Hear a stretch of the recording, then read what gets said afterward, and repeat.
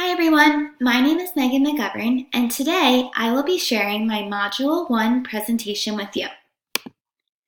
The objectives for this presentation are to first provide a brief professional and personal introduction, to explore how students learn science, to identify barriers to science learning, to reflect on the tenets of science learning in my own classroom, and lastly, to identify my STEM perspective.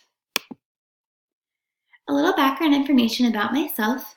This is my third year teaching third grade at Bedminster Elementary in the Penridge School District.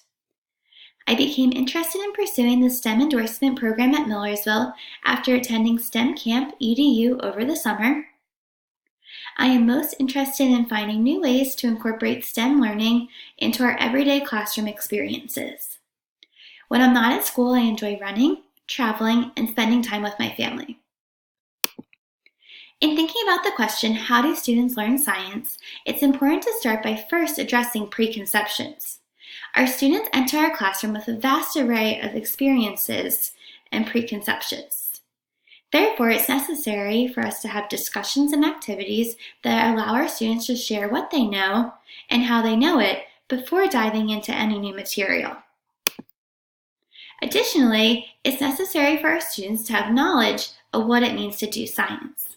Science learning must be an active and inquiry-based process. This involves observation, reasoning, and imagination. Lastly, science learning involves metacognition, or thinking about our science thinking.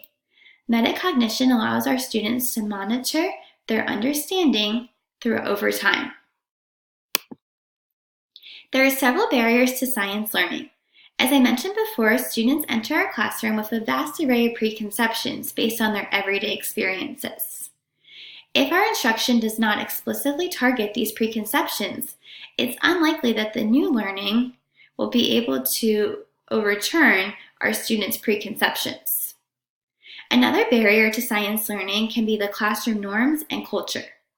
Science learning requires an environment that encourages risk-taking and open discussion of ideas. Without an environment where students feel comfortable and safe to do this, optimal science learning will not occur. Lastly, I believe time can be a barrier to science learning, especially in the elementary classroom where so much of our day is literacy and math-based. Maximizing our time for science and making it as meaningful and effective as possible is very important. After reflecting on the tenets of science learning in my own classroom, the following quote really resonated with me. Opportunities for inquiry are not simply tacked onto the content of a course, rather they are the method for learning the content.